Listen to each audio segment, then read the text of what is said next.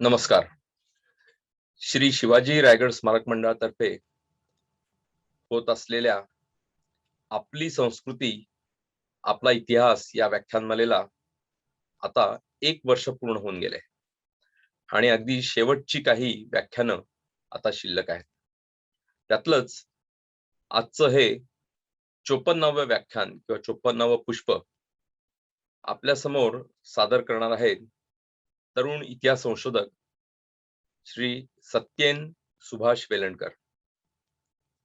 त्यांचा विषय असणार आहे इस्लामी राजवटींची भारतातील आक्रमणे. आपल्या देशामध्ये विशेषतः मध्ययुगीन कालखंडात जी इस्लामी आक्रमणं मोठ्या प्रमाणात झाली,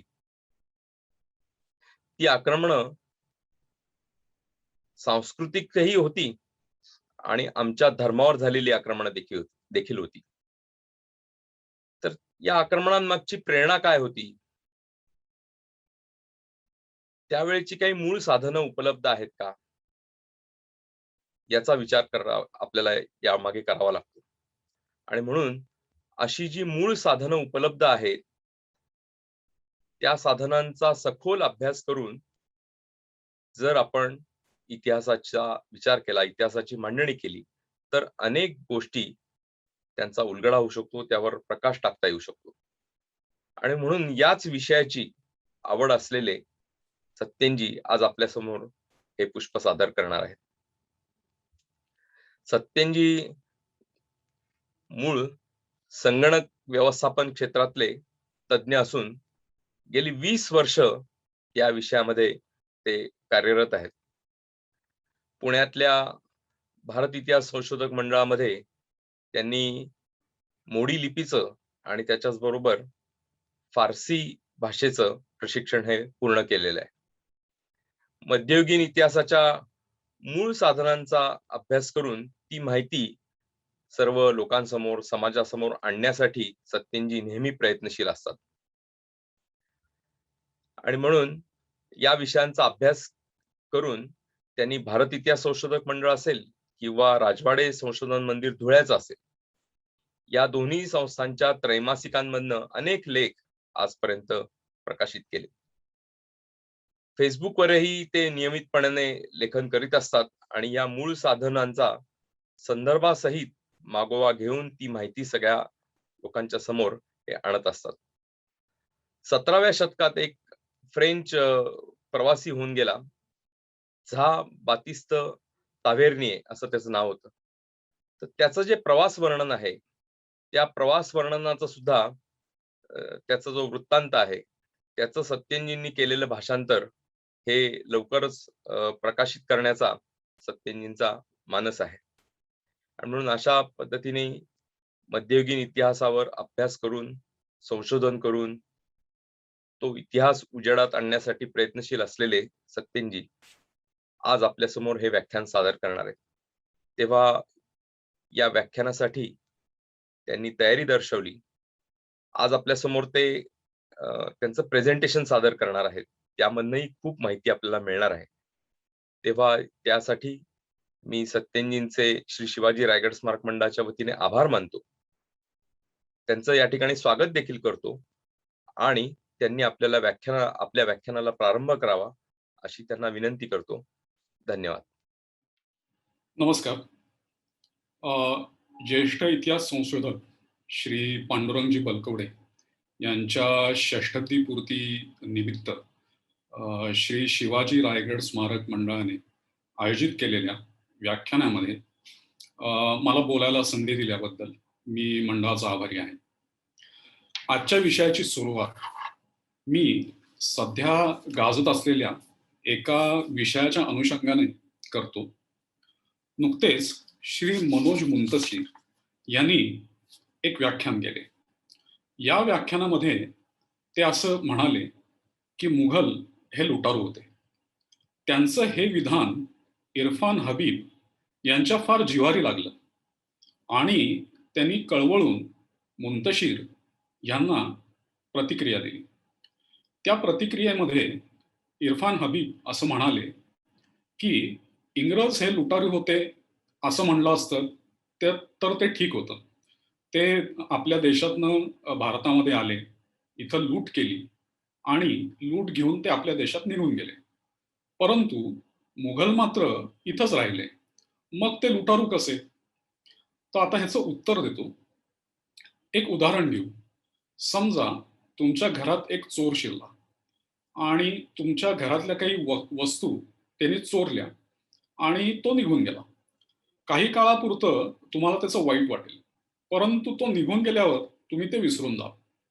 पण तो चोर किंवा दरोडेखोर समजा तुमच्या घरातच ठाण मांडून बसला, तर ती एक कायमस्वरूपी डोकेदुखी तुमच्या वाट्याला येईल. मुघल सत्तेचे आणि मुघल प्रवृत्तीचे असेच आहे. तुम्हाला महाभारतातला बकासूर माहिती असेल. ह्या बकासुराला एक गाडा अन्न रोज लागत असे. एक माणूस सुद्धा लागत असे. मुघली प्रवृत्ती ही अशीच बकासुरी प्रवृत्ती आहे. दुसरं एक उदाहरण देतो. साऊथ आफ्रिकेत इंग्रज गेले आणि त्यांनी तिथल्या स्थानिक लोकांवरती अनन्वित अत्याचार केले आणि ते तिथंच राहिले. अजूनही आहेत, गेलेले नाहीत. मुघली प्रवृत्ती ही अशीच आहे. आता खरं तर इरफान हबीब यांना या मुघली प्रवृत्तीविषयी बोलताना संकोच वाटला पाहिजे. परंतु उलट त्यांना हा संकोच न वाटता या मुघली प्रवृत्तीचं उदात्तीकरणच ते करतात. कोडगेपणा म्हणतात, तो कदाचित हाच असावा. आता इरफान हबीब पुढे असं म्हणतात, की मुंतशिर ह्यांना इतिहासाचं ज्ञान नसल्यामुळं ते अशी विधानं करतात. परंतु येथे मला इरफान हबीब यांच्याच इतिहासाच्या ज्ञानाची जरा शंका येते. कदाचित त्यांना माहिती नसेल, की भारतात जे स्मृतिग्रंथ होते, त्यांनी सामान्य माणसाकडनं राजांनी किती कर घ्यावा, याचे काही नियम ठरवून दिलेले आहेत. ते नियम असे आहेत, की राजाने प्रजेकडनं प्रजेच्या उत्पन्नाच्या 1/6 इतका कर घ्यावा. तो योग्य आहे. परंतु मुघली राजवटीमध्ये मात्र 50% कर घेतला जात होता. 50% कर कशासाठी? एवढा अन्यायकारक कर कशासाठी? तर मोठं सैन्य बाळगण्यासाठी. मोठं सैन्य कशासाठी बाळगायचं? तर जिहाद करण्यासाठी. जिहाद ही कुराणानेच दिलेली शिकवण आहे. तो जिहाद कोणाविरुद्ध करायचा? तर इथल्या जनतेविरुद्ध करायचा. म्हणजे झालं असं, की एखाद्या माणसाला जर फाशी द्यायची असेल, तर त्याच्या फाशीच्या दोराचे पैसे हे त्याच्याकडनंच घ्यायचे आणि मग त्याला फाशी द्यायचं. ही मुघली प्रवृत्ती आहे आणि ह्याचा इरफान हबीब सारख्या माणसांना अभिमान आहे. आता एखाद्या समस्येवर किंवा रोगावर जर इलाज करायचा असेल, तर त्या रोगाचे मूळ समजून घेणे हे अत्यंत आवश्यक आहे. वरवरचे जर समजा तुम्ही उपाय केले, तर रोगी बरा होणार नाही. त्याचप्रमाणे इस्लामी राजवटींची जी आक्रमणं इथं भारतावर झाली, त्यामागची प्रेरणा काय होती? हे जर जाणून घ्यायचं असेल, तर आपल्याला इस्लामचा अभ्यास केला पाहिजे. आता इस्लामचा अभ्यास करताना मुख्य काय अभ्यासावं लागेल? तर इस्लामी राजवटी ज्या इथं होत्या, त्या स्वतःला किंवा त्यांचे जे बादशाह होते, ते स्वतःला इस्लामचे बादशाह असं म्हणवून घेत. हे त्यांनी त्यांच्या पुस्तकामध्ये लिहिलेलं आहे. आणि त्यांची राज्यघटना किंवा आत्ताच्या भाषेत कॉन्स्टिट्यूशन काय होती? हे आपल्याला ह्याचा आपल्याला आधी अभ्यास करावा लागेल आणि त्याच्यासाठी इस्लामचा प्रथम अभ्यास करणं आवश्यक आहे. इस्लामचा अभ्यास हा 3 प्रमुख गोष्टींनी करता येतो. त्यातली पहिली गोष्ट म्हणजे सीरत, म्हणजे इस्लामचे प्रेषित मुहम्मद पैगंबर यांचं आयुष्य किंवा त्यांचं चरित्र. दुसरी गोष्ट हे कुराण हे आहे आणि तिसरी गोष्ट म्हणजे हदीस. हे इस्लामचे 3 प्रमुख स्तंभ आहेत. ह्या स्तंभांचा अभ्यास केल्यानंतर आपल्याला 6 गोष्टी लक्षात येतात. कोणत्या 6 गोष्टी आहेत त्या? एक म्हणजे जिहाद, दुसरं म्हणजे जिझिया, तिसरं मूर्तिभंजन, चौथं कत्तली आणि गुलामगिरी, 5वं स्त्रियांची विटंबना आणि 6वं धर्मांतर. इस्लामचे प्रेषित मुहम्मद पैगंबर यांनी या 6 गोष्टी त्यांच्या आयुष्यात केल्या. त्याच्या तपशिलात मी जात नाही, तपशील देण्यासारखेही नाहीयेत. तुम्ही जर मोहम्मद पैगंबर यांचं चरित्र वाचलं, तर तुम्हाला या गोष्टी लक्षात येतील. आता मी पुढच्या मुद्द्याकडे वळतो.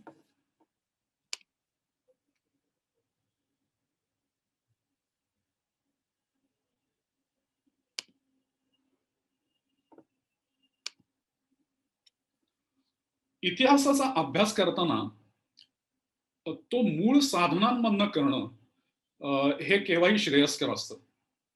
एक गोष्ट सांगतो. इतिहासाचे एक प्राध्यापक होते.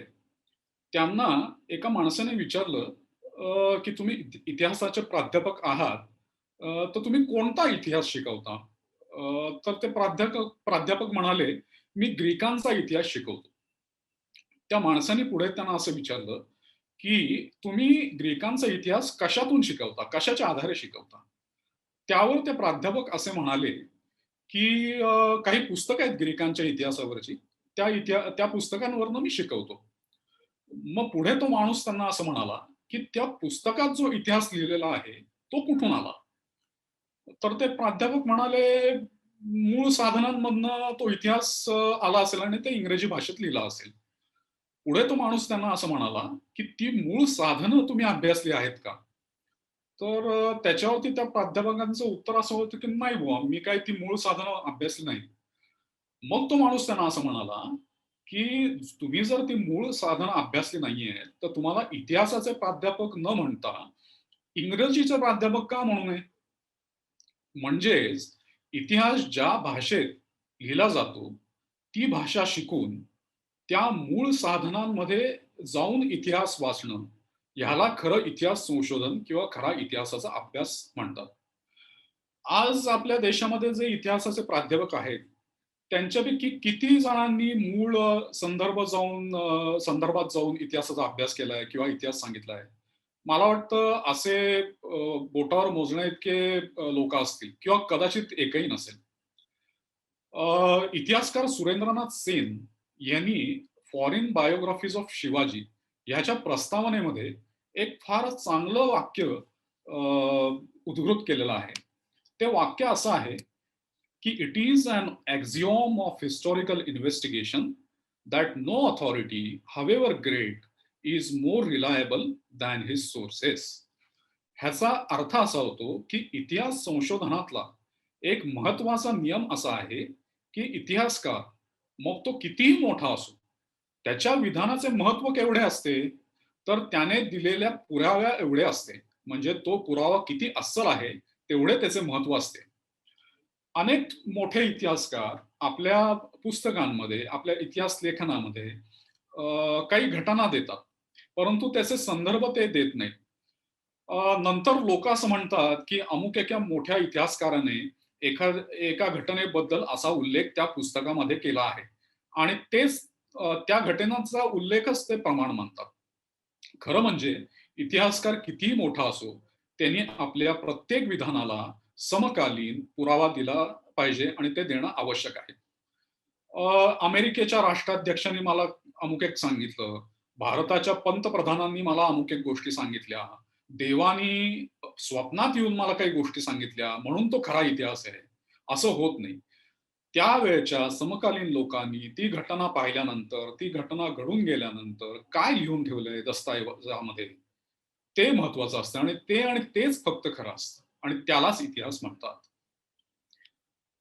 आता मी सुरुवातीला सांगितलं, की इस्लामी मागची जी प्रेरणा आहे किंवा त्याचं जे मूळ आहे ते समजून घ्यायचं असेल, तर तुम्हाला 3 गोष्टींचा अभ्यास करणं आवश्यक आहे. ते म्हणजे सीरत म्हणजे मोहम्मद पैगंबर यांचं चरित्र, कुराण आणि हदीस. आता ह्या सगळ्याचा अभ्यास करायचा असेल, तर साधनं कुठली आहेत? त्याचा आपण विचार करू. आता मोहम्मद पैगंबरांच्या चरित्राची जी साधनं आहेत, त्यांचं जुन्यातलं जुनं चरित्र हे इब्न इसहाक या माणसाने लिहिलेलं चरित्र आहे. ते मूळ अरबी भाषेत आहे. इब्न इसहाक हा इसवी सन 704 ते 768 या कालखंडात होऊन गेला.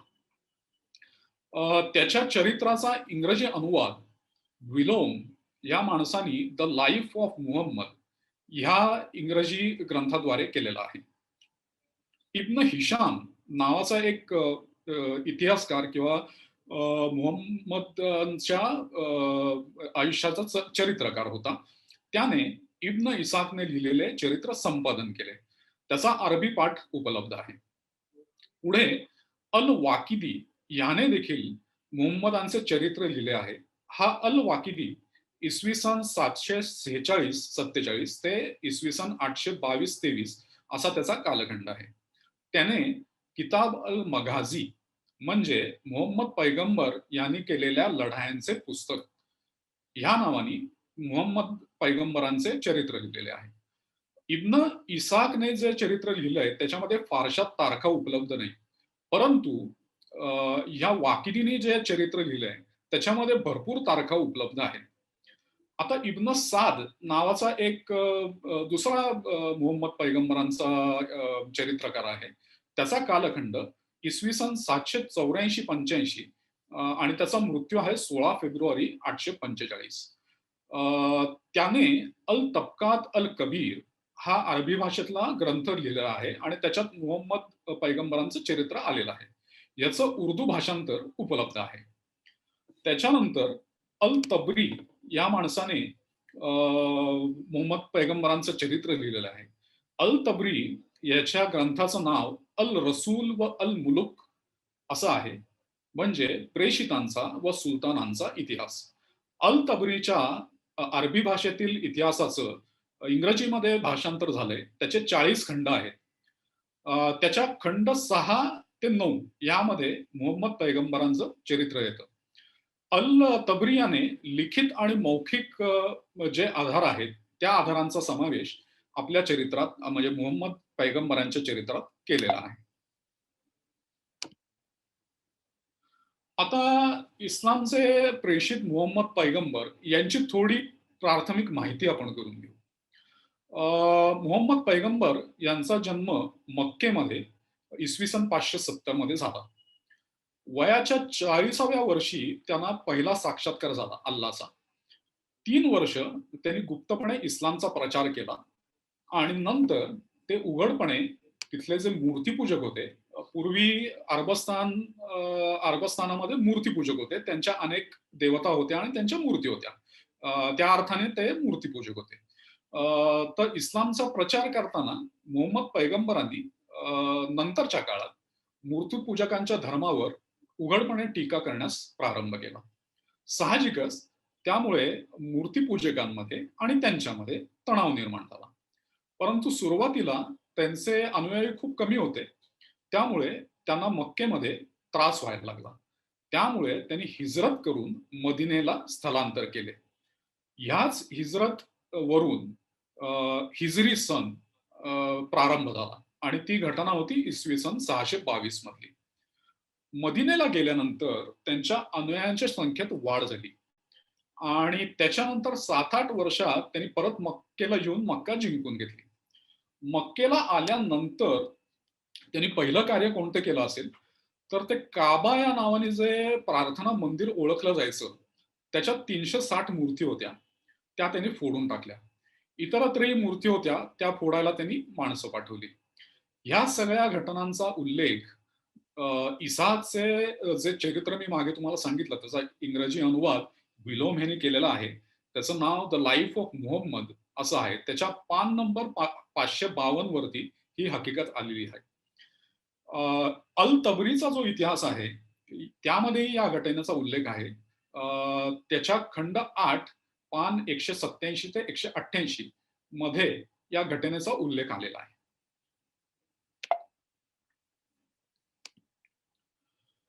आता मी प्रथम तुम्हाला सांगितलं की मुहम्मद पैगंबरांचं आयुष्य कुराण आणि हदीस याचा अभ्यास आपल्याला करायला लागतो इस्लामचा अभ्यास केल्यानंतर आणि त्याच्यातनं काही मुद्दे निघतात, ते जिहाद, मूर्तीभंजन वगैरे वगैरे आहेत.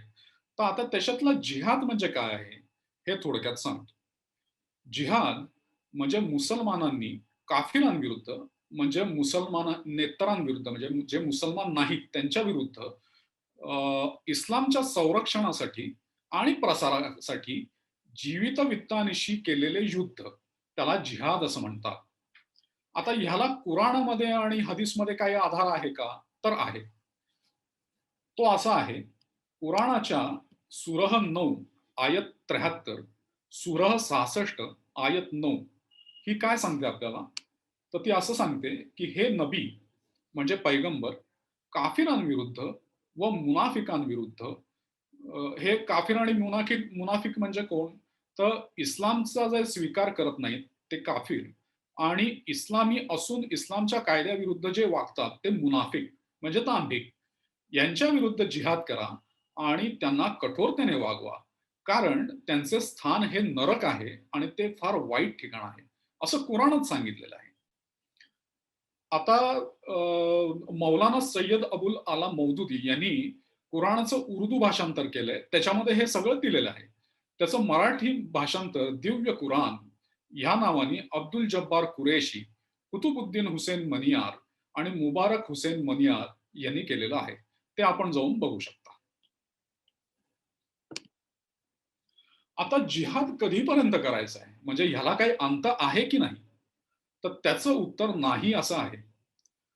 ह्याला कुराणात काही आधार आहे का? तर आहे. तो असा आहे, कुराणामध्ये सूरह 2 आयत 193 असं सांगते, की जोपर्यंत उपद्रव, उपद्रव म्हणजे कोणाचा उपद्रव? तर अल्लाच्या धर्मापेक्षा वेगळ्या धर्माने केलेला उपद्रव. तो उपद्रव जोपर्यंत नष्ट होऊन अल्लाच्याच धर्माची प्रस्थापना होत नाही किंवा अल्लाचाच धर्म प्रस्थापित होत नाही, तोपर्यंत त्यांच्याशी म्हणजे काफिरांशी, म्हणजे मुसलमान जे नाहीत त्यांच्याशी युद्ध करा. मात्र जर ते परावृत्त झाले तर लक्षात ठेवा, की अत्याचारांशिवाय कोणाशीही शत्रुत्व उचित नाही, अशी कुराणातली आयत आहे. म्हणजे मुसलमानेतरांनी इस्लाम स्वीकारल्याशिवाय किंवा जिझिया दिल्याशिवाय ह्याच्यातनं सुटका होणार नाही. आता हदीसमध्ये ह्याचा काही संदर्भ आहे का? तर आहे. एक हदीस सांगतो. ही हदीस सहीह मुस्लिम 1:33, 34, 35, 36 आणि 37 ह्या क्रमांकावर आहे. ती अशी आहे, की प्रेषित मुहम्मद म्हणाले, की जोपर्यंत सर्व लोक अल्लाह हाच एकमेव देव आहे आणि मुहम्मद हा त्याचा प्रेषित आहे हे मान्य करत नाहीत, तोपर्यंत त्यांच्याशी लढत राहण्याचे आदेश मला अल्लाहकडूनच मिळालेले आहेत, असं मुहम्मद स्वतः सांगतात. आता सध्या ज्यांना इस्लामचं फारसं ज्ञान नाही किंवा ज्यांना इस्लामची खोटी प्रतिमा लोकांसमोर ठेवून लोकांना फसवायचंय, अशी लोक जिहादाची एक वेगळीच व्याख्या सांगतात. ती व्याख्या काय आहे, तर जिहाद अल असगर आणि जिहाद अल अकबर असं ते त्याला म्हणतात. जिहाद अल असगर म्हणजे छोटा जिहाद, म्हणजे जो युद्धभूमीवर केला जातो, ज्याच्यात रक्तपात होतो, असा जिहाद. आणि जिहाद अल अकबर म्हणजे मोठा जिहाद, म्हणजे स्वतःच्या मधल्या वाईट प्रवृत्तींशी केलेला जिहाद किंवा समाजातल्या वाईट गोष्टी ज्या आहेत, म्हणजे गरिबी, असमानता वगैरे अशा गोष्टींशी केलेला जिहाद, हा खरा जिहाद आहे, असे सिनेमामधनं, सोशल मीडियामधनं, मोठ्या मोठ्या नेत्यांच्या वक्तव्यावरनं आपल्याला ऐकायला येते. पण ही जी जिहादची व्याख्या ते करतात, ती अत्यंत चुकीची आणि ह्याला कोणताही आधार नाहीये. तर आता प्रथम हदीस म्हणजे काय? हे समजून घेणं आपल्याला प्राप्त आहे. तर हदीस या अरबी शब्दाचा अर्थ इतिहास किंवा परंपरा असा होतो. मुहम्मद पैगंबरांनी वेळोवेळी ज्या कृती केल्या किंवा त्यांच्या ज्या उक्ती आहेत, त्यांचं संकलन म्हणजे हदीस. आता या हदीसची विश्वासार्हता कशी ठरवली जाते?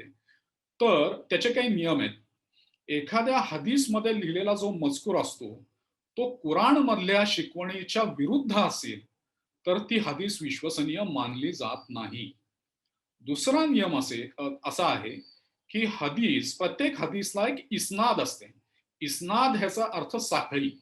म्हणजे अमक्यानी ही हदीस अमक्याला सांगितली, पुढे त्यांनी अ ला सांगितली, पुढे त्यांनी ब ला सांगितली, पुढे त्यांनी क ला सांगितली. अशी ती साखळी तयार होऊन जाते. आणि या साखळीतला जो पहिला दुवा असतो, त्यांनी मुहम्मद पैगंबरांना प्रत्यक्ष पाहिलं असणं आवश्यक असतं आणि त्यांनी ज्यावेळेला हे विधान केलं हदीसमधलं, ते त्यांनी ऐकलं असणं आवश्यक असतं. आणि हदीसच्या इस्नाद म्हणजे साखळीमधली पुढची जी माणसं आहेत, ती पण अस्तित्वात असणं आवश्यक असतं. हे जर सगळं योग्य असेल, तरच ती हदीस विश्वसनीय मानली जाते. आता विश्वासार्हतेनुसार हदीसचे जे प्रकार आहेत, ते 4 आहेत. कोणते 4 प्रकार आहेत? पहिला म्हणजे सहीह म्हणजे विश्वसनीय, हसन म्हणजे बऱ्यापैकी विश्वसनीय, दाईफ म्हणजे अविश्वसनीय आणि मौदू म्हणजे मुहम्मद पैगंबरांच्या नावावर खपवलेली किंवा खोटी असलेली हदीस. आता मी मगाशी तुम्हाला जी जिहाद अल असगर आणि जिहाद अल अकबरची हदीस सांगितली, ती अशीच मौदू म्हणजे मुहम्मद पैगंबरांच्या नावावर खपवलेली आणि खोटी ठरवलेली आहे. असं कोण म्हणतं? असं इस्लामचे विद्वान म्हणतात.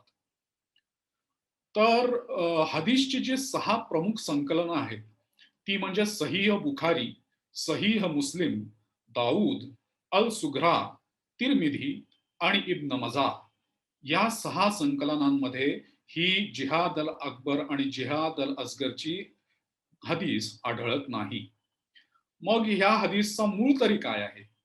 तर ह्या हदीसचा उल्लेख मुहम्मद पैगंबरांच्या मृत्यूनंतर सुमारे 350-360 वर्षांनी जन्मलेल्या अल बैहकी या इस्लामी विद्वानांनी लिहिलेल्या किताब अल जुहूद अल कबीर ह्या पुस्तकामध्ये आलेला आहे.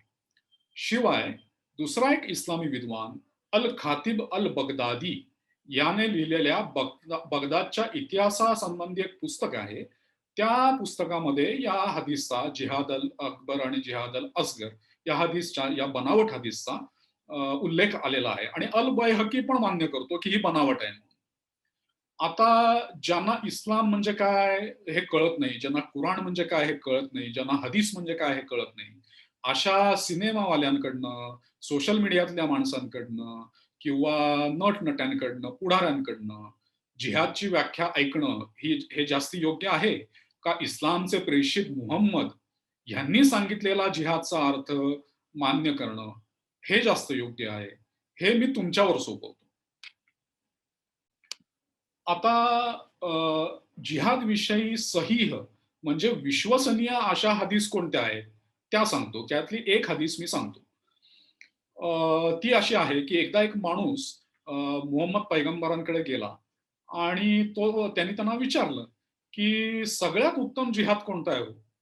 तर मुहम्मद पैगंबर त्याला उत्तरले, की "ज्यामध्ये माणसाचे रक्त सांडेल आणि त्याचा घोडा जखमी होईल, असा जिहाद हा सर्वात उत्तम आहे."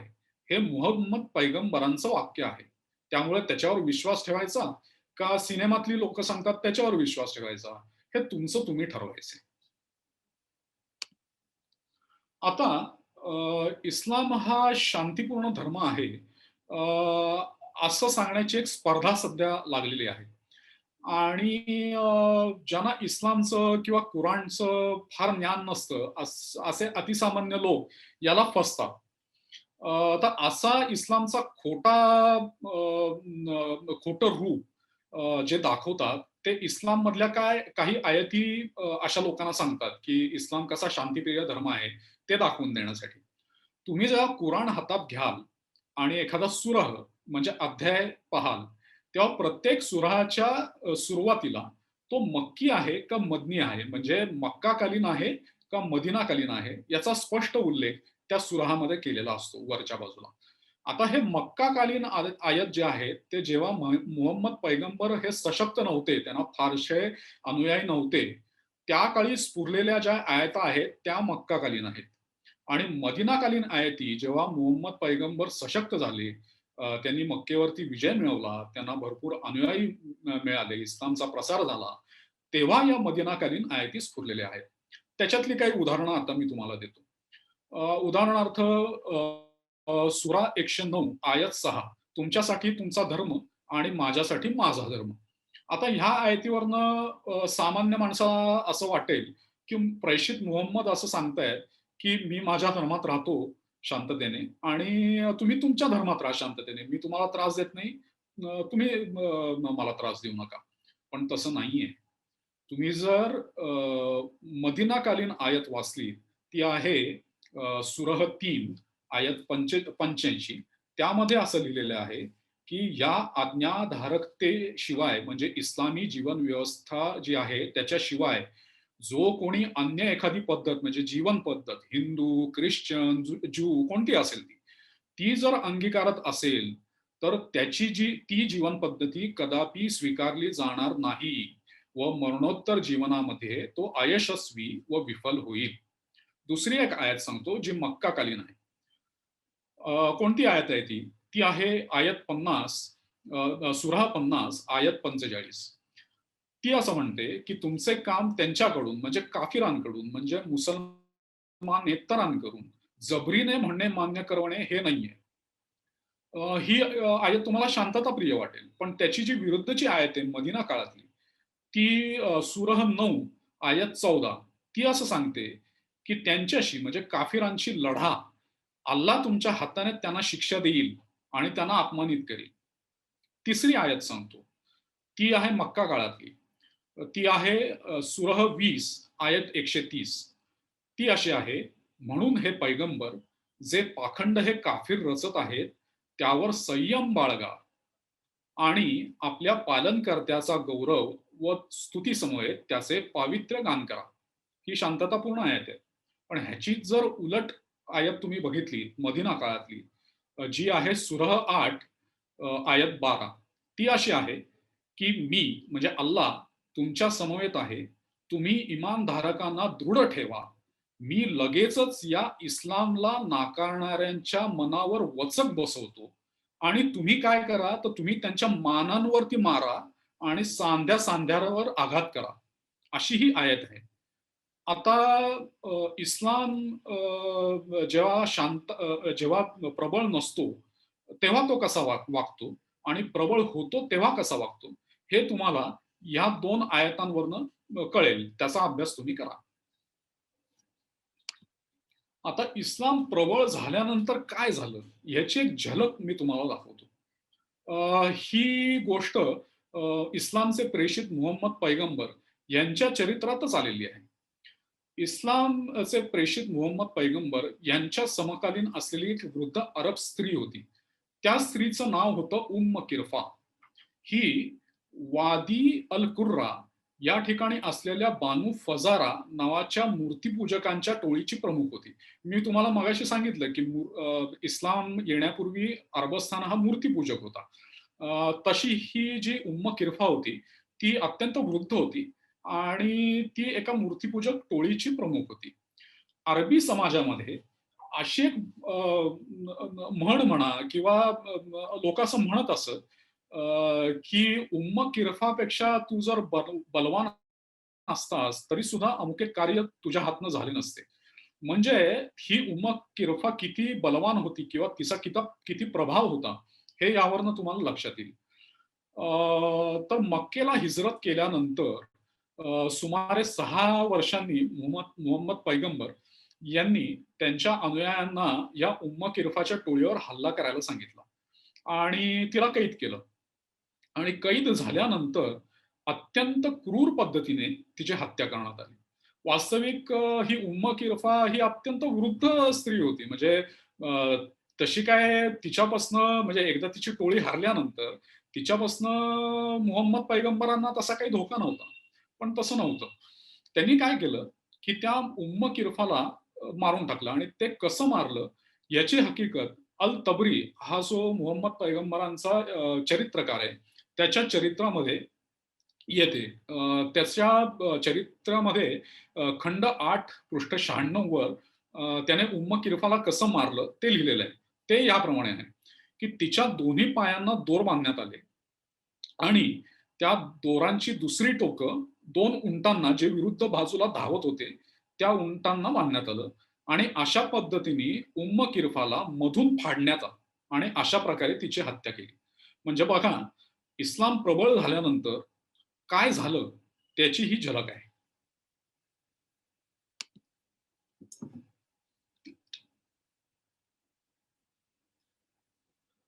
आता मी भारतातल्या आक्रमणांकडे येतो. महमूद गझनी आपल्या सर्वांना माहिती आहे. त्यांनी सोमनाथाचा विध्वंस केला, हे आपल्या सगळ्यांना माहिती आहे. हल्लीचे काही इतिहासकार असं सांगतात, की महमूद गझनीची जी स्वारी होती, अ, ती सोमनाथमध्ये जी अगणित संपत्ती होती, ती लुटण्यासाठी होती. त्याचा हिंदू धर्माशी काही संबंध नव्हता. आपल्या विधानाला नेहमीप्रमाणे ते काही समकालीन आधार वगैरे देत नाहीत. पण आपण तसं करू नये. आपण मूळ साधनांमध्ये जावं आणि काय लिहिलंय ते पाहावं. महमूद गझनीच्या स्वारीचा जो तपशील आहे, तो तबकात-इ-नासिरी या पुस्तकामध्ये आहे. फारसीमध्ये पुस्तक आहे ते. मिन्हाजुद्दीन शिराज यांनी ते लिहिलेलं आहे. पुढे हा मिन्हाजुद्दीन सिराज हा दिल्लीचा मुख्य न्यायाधीश होता. तर त्यांनी गझनीच्या मोहम्मदाबद्दल काय लिहिलंय आणि सोमनाथाच्या विध्वंसाबद्दल काय लिहिलंय ते मी आता सांगतो. पहिल्यांदा फारसी पाठ सांगतो.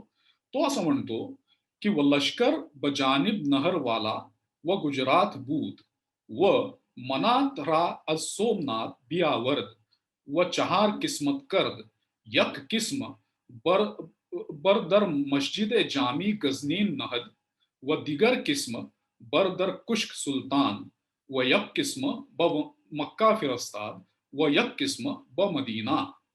आता याचा मराठी अर्थ असा आहे, की सुलतानाने म्हणजे गझनीच्या मोहम्मदाने गुजरात येथील नहरवाला येथे सैन्य नेऊन सोमनाथ येथून मनातची मूर्ती आणली. आता हे मनात काय आहे?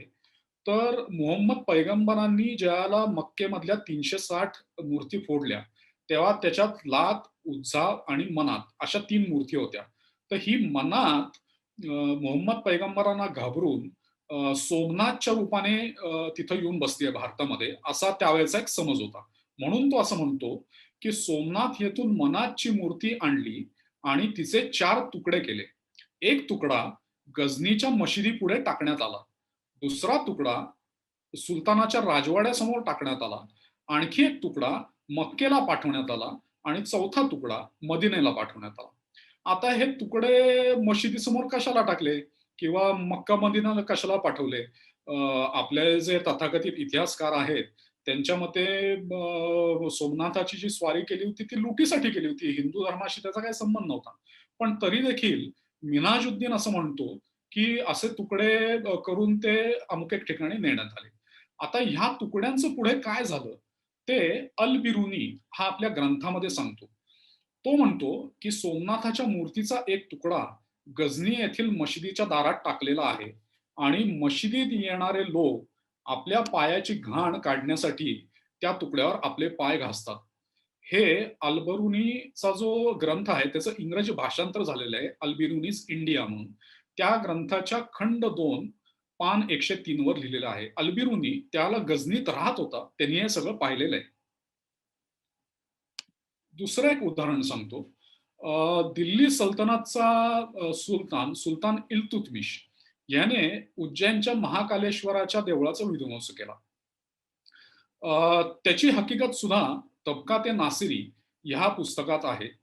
त्याचा मूळ फारसी पाठ असा आहे, "अज ओंजा बतरफ उज्जैन नगरी रफ्त व बुतखाना ए महाकाल देव रा खराब करद व तमसाल बिक्रम जीत के बादशाह उज्जैन नगरी बूद अस्त व अज अहद ऊ ता बदीन वक्त यक हजार व सीसद व शांस दह साल अस्त व तवारी के हिंदुआन तवारी के हिंदुआने अज अहद वी मी निविसन व चंद तमसाल दिगर अज बर जंग रेखता बुदंद बा संग महाकाल ब हजरत दहली आवर्दा." हे तबकात ए नासिरीच्या फारसीच्या पृष्ठ 176 वर आलेलं आहे. आता ह्याचा मराठी अर्थ सांगतो. सुलतान इल्तुतमिश उज्जैन नगरीकडे गेला आणि त्याने महाकालेश्वराचे देऊळ पाडले. तिथे राजा विक्रमादित्याची एक मूर्ती होती आणि त्याच्या कारकिर्दीपासून सध्याच्या काळापर्यंत 1316 वर्ष होऊन गेलेली होती, हे तो सांगतो. त्याच्या कारकिर्दीपासून हिंदूंची कालगणना म्हणजे विक्रम संवत हे सुरू होते. विक्रमादित्याची ही मूर्ती आणि इतर मूर्ती पितळ्याच्या होत्या.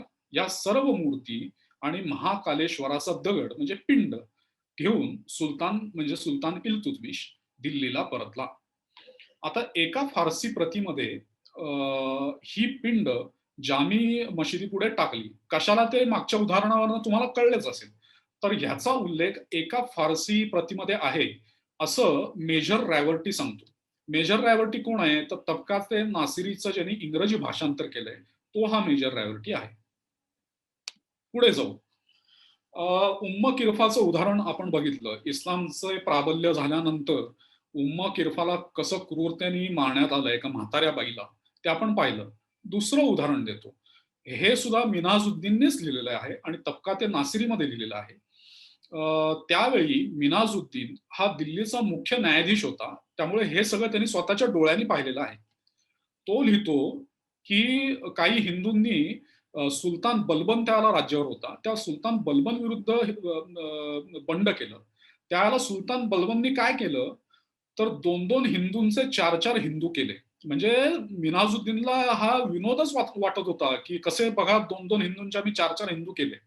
तर मूळ फारसीमधले शब्द असे आहेत, हर दो अज आन हिंदुवान चहार मी शुदन. म्हणजे 2-2 हिंदूंचे 4-4 हिंदू केले. पुढे काय केलं, त्यातल्या काही हिंदूंची चामडी सुरीच्या साहाय्याने सोलली. त्याला तो फारसीमध्ये असं लिहितो, की "अज सर तपाये पुस्त कुशीदन." पुस्त म्हणजे फारसीमध्ये चामडी. चामडी सोलली. आता हल्लीचे लोकं म्हणतात, की गंगा जमुनी तहजीब होती. कसली गंगा जमुनी तहजीब? तुमची चामडी सोलत होते ते. आता हल्ली औरंगजेबाचं उदात्तीकरण करण्याची एक अहमहिकाच लागली आहे किंवा स्पर्धाच लागली आहे. त्याच्यामध्ये लोक काही वाटेल त्या थापा मारतात. औरंगजेबानी देवळांना इनामं दिली, असं बरंच काही-काही सांगतात. त्यांना देऊळ आणि इतिहास आणि औरंगजेब याविषयी काही म्हणजे काही माहिती नसतं. आता औरंगजेबाचा दरबारी इतिहास आणि दरबारी अखबार ह्याच्यामध्ये काय लिहिलेलं आहे, ते मी तुम्हाला सांगतो. 13 ऑक्टोबर 1666 चा औरंगजेबाच्या दरबारचा अखबार आहे. तो ऐतिहासिक फारसी साहित्य खंड 6 पृष्ठ 20 वर छापलेला आहे. त्यामध्ये औरंगजेबाचे स्वतःचे शब्दच आलेले आहेत. ते असे आहेत, की हजरत शुनेदे फर्मुदन के दर मजहब मुसलमाने बुत खाने रा दीदन हम खूब निस्त. याचा अर्थ असा होतो, की मुसलमानी धर्मात देवळाकडे पाहणे सुद्धा निषिद्ध आहे, पाप आहे. आता असा माणूस जो हे म्हणतो, तो माणूस एखाद्या देवळाला एका तरी देवळाला देणगी देईल का? सुज्ञ माणसाला हे कळून येईल का हे अवघड नाहीये, अशक्य आहे. पण हल्ली लोकं काही वेगळंच सांगतात. त्या लोकांना बोलू द्यावे. आपण आपला इतिहासाचा अभ्यास करावा. दुसरं एक उदाहरण देतो. आपल्या महाराष्ट्रामध्ये पंढरपूरचं देऊळ आपल्या सगळ्यांच्या जिव्हाळ्याचं आहे. ते देऊळ औरंगजेबाने 3-4 जानेवारीच्या दरम्यान 1705 इसवीमध्ये पाडलं. त्याचा अखबारच उपलब्ध आहे. सेतुमाधवराव पगडी ह्या इतिहासकारांनी तो अखबार छापलेला आहे. आणि त्या अखबाराची एक मूळ प्रत रॉयल एशियाटिक सोसायटी लंडन येथे उपलब्ध आहे. त्याचे चित्र येथे मी दिलेलं आहे. तर त्या अखबारामध्ये काय म्हणलेलं आहे, की बुतखाना रा मिस्मार नुमायन व कसायानी लष्कर रा दर बुतखाने बरवत गावान हलाल व कुनानत. ह्याचा अर्थ असा होतो, की पंढरपूरचं जे देऊळ आहे तिथं जावं, बुतखाना रा मिस्मार नुमायन म्हणजे ते देऊळ पाडून टाकावं आणि लष्करातल्या कसाबांनी जाऊन तिथे गायी कापाव्यात. आणि नंतर त्या अखबारात असं आलंय, की बादशहांच्या या फर्मानाची अंमलबजावणी करण्यात आली. म्हणजे ते देऊळ पाडून तिथं गायी कापण्यात आल्या. मंदिराला देणग्या देणारा औरंगजेब हा असा होता. मंदिरात गायी कापणारा, मंदिरं उद्ध्वस्त करणारा. आता दुसऱ्या एका देवळाचं उदाहरण देतो औरंगजेबाने पाडलेल्या. काशी विश्वेश्वराचं देऊळ सुद्धा त्याने पाडलं. त्याचा उल्लेख औरंगजेबाचा जो दरबारी इतिहास आहे, महासिरे आलमगिरी त्याच्यामध्ये आलेला आहे. त्याच महासिरे आलमगिरीमध्ये औरंगजेबाने केशवरायाचे जे देऊळ पाडले, म्हणजे आता जे मथुरेला देऊळ आहे त्याच्या बाजूला एक मशीद आहे. त्या मशिदीच्या तिथं पूर्वी देऊळ होतं केशवरायाचं. ते औरंगजेबाने पाडलं. तर त्याचा उल्लेख महासिरे आलमगिरीमध्ये आलेला आहे. तर ते देऊळ पाडल्यानंतर त्या देवळातल्या ज्या मूर्ती होत्या, त्या आग्र्याला नेण्यात आल्या आणि आग्र्याला जी बेगम साहिबाची म्हणून प्रसिद्ध मशीद आहे, त्या मशिदीच्या पायऱ्यांमध्ये त्या मूर्ती घालण्यात आल्या. कशासाठी? तर मशिदीत येणाऱ्या लोकांनी त्या अनंतकाळ पायाने तुडवाव्यात म्हणून त्या घालण्यात आल्या. मी तुम्हाला गझनीच्या मुहम्मदाचं आणि सुलतान इल्तुतमिशचं उदाहरण सांगितलं, की त्यांनी सोमनाथाचं आणि महाकालेश्वराची पिंड मशिदींसमोर टाकली लोकांनी तुडवावी म्हणून. औरंगजेबानेही तेच केलं. त्याचा हा पुरावा. आता सुफी लोकांविषयी सध्या आपल्या देशात खूप क्रेज आहे किंवा त्यांचं प्रेम आहे. तर त्याच्याविषयी एक पुरावा सांगतो. अजमेरला जो प्रसिद्ध दर्गा आहे मोईनुद्दीन चिश्तीचा, त्याला सिनेमा क्षेत्रातले राजकीय पुढारी आणि सामान्य हिंदू सुद्धा जात असतात. या सगळ्यांना या मोईनुद्दीन चिश्तीचा इतिहास काय ते माहिती नसतं किंवा जाणून घेण्याची सुद्धा इच्छा नसते. एकूणच इच्छा आपल्या देशात कमीच आहे असं काही जाणून घेण्याची. तर अखबार उल अखियार हा अब्दुल हक मुहद्दिस ह्या एका माणसाने लिहिलेला सुफींचा एक चरित्र ग्रंथ आहे. अत्यंत प्रमाणबद्ध असा मानला जाणारा ग्रंथ आहे. त्या ग्रंथामध्ये मोईनुद्दीन चिश्तीच्या नातवाचा जो चरित्र आहे, नातवाचं जे चरित्र आहे, त्याच्यात मोईनुद्दीन चिश्तीची हकीकत आलेली आहे. मूळ फारसीमध्ये आहे. तर फारसी पाठ मी वाचून दाखवतो. तो असा आहे, की मलिक खत्ताब नाम बर सर काफिरान, आन हुदूद ताख्ताबूत, दुख्तरस दुख्तरान राजा हाय, आन दियार बेदस्त उ उफ्तादा, मलिक खत्ताब मुरीद हजरत ख्वाजा बूद, आन दुख्तर्रा बेखिदमत वही गुजरानीत व ख्वाजा ऊ रा कबूल करदन. हे अखबारुल अखियार च्या मूळ फारसी प्रतीमध्ये पान नंबर 223 वर आहे. ह्याचं मराठी भाषांतर असं आहे, की मलिक खत्ताब याने काफिरांवर विजय मिळवला. त्यावेळी एका काफिर राजाची मुलगी म्हणजे हिंदू राजाची मुलगी त्याच्या हाती पण सापडली. मलिक खत्ताब हा ख्वाजा मुईनुद्दीन चिश्तीचा मुरीद होता म्हणजे शिष्य होता. त्यांनी ती मुलगी ख्वाजा मुईनुद्दीनला अर्पण केली आणि मुईनुद्दीनने तिचा स्वीकार केला. पुढे मुईनुद्दीनला तिच्यापासून मुलं झाली. त्यावेळेला मुईनुद्दीनचं वय 70च्या पुढे होतं आणि ती मुलगी तरुण होती. पूर्वी अजमेर दर्ग्याच्या अधिकृत संकेतस्थळावर म्हणजे वेबसाईटवर ही माहिती होती. पण नंतर मात्र त्यांनी ही माहिती काढून टाकली. कदाचित त्यांना आपल्या अवलियाने केलेल्या कृत्याची लाज वाटली असावी, म्हणून काढून टाकली असावी. आता पुष्कळदा लोकं असं विचारतात, की हे सगळं आता इतिहासात घडून गेलेलं आहे. त्याचा आज तुम्ही परत-परत आम्हाला कशासाठी सांगताय? तर आजच्या व्याख्यानाचा विषय इस्लामी राजवटींनी भारतावर केलेली आक्रमणं असा आहे. अजूनही ही आक्रमणं इतिहासजमा झालेली नाहीयेत. अजूनही ती थांबलेली नाहीयेत. आज सुद्धा ज्यावेळेला तालिबानचं समर्थन या देशातनं होतं, त्यावेळेला ही मुघली प्रवृत्ती जी इरफान हबीब सारख्या लोकांना फार प्रिय आहे, ती अजून कशी जिवंत आहे, त्यांची शिकवण अजून कशी जिवंत आहे, त्यांची शिकवण अजून ते कसे विसरलेले नाहीये, ते आपल्याला कळतं. आता 2 उदाहरणं तुम्हाला ह्याच्यात देतो. इब्न बतुता नावाचा एक मोरक्कन प्रवासी मोहम्मद तुघलकाच्या कारकिर्दीत दिल्लीत आला होता. तेव्हा आपल्या प्रवासाचा वृत्तांत त्यांनी रेहला या नावाने लिहून ठेवलेला आहे. त्यामध्ये तो असं लिहितो, की मी ज्याला मोहम्मद तुघलकाच्या दरबारात गेलो ईदच्या दिवशी, त्या दिवशी काही काफिर हिंदू राजांच्या मुली गुलाम बनवलेल्या तिथं आणल्या होत्या. त्यापैकी 10 मुली मला उपभोगासाठी भेट म्हणून मिळाल्या, असं इब्न बतुता लिहितो. आता आजच्या काळातलं तेच उदाहरण बघू. आयसिस या इस्लामी दहशतवादी संघटनेने 2005 साली ही डेली स्टारची बातमी आहे. त्या बातमीचं कटिंग मी डाव्या बाजूला दिलेलं आहे. ईदच्या दिवशी अशाच पद्धतीने युद्धामध्ये कैदी केलेल्या काफिर म्हणजे त्यांच्या दृष्टीने याझिदी हे काफिर आहेत. त्या काफिर स्त्रिया आयसिसचे जे आतंकवादी होते त्यांच्यामध्ये वाटल्या आणि रमजान ईद साजरी केली. जे काल तेच आज. अजून एक उदाहरण देतो. हे उदाहरण 14व्या शतकातलं आहे आणि दख्खनमधलं आहे. सुलतान महमूद शाह बहमनीच्या राजवटीतलं आहे. तारीख आहे फिरिश्ता खंड 1 पृष्ठ 302 वर ही हकीकत आलेली आहे. तर सुलतान महमूद शाह बहमनीच्या काळामध्ये दुष्काळ पडला. त्यावेळेला फिरिश्ता असं लिहितो, की जेव्हा दख्खनमध्ये त्याच्या कारकिर्दीमध्ये दुष्काळ पडला, तेव्हा त्याने सरकारचे 10,000 बैल गुजरात आणि माळवा प्रांतामध्ये पाठवून सतत तो धान्य मागवत होता आणि मुसलमानांना, फक्त मुसलमानांना स्वस्त दरात तो विकत होता. हिंदूंना नाही, फक्त मुसलमानांना.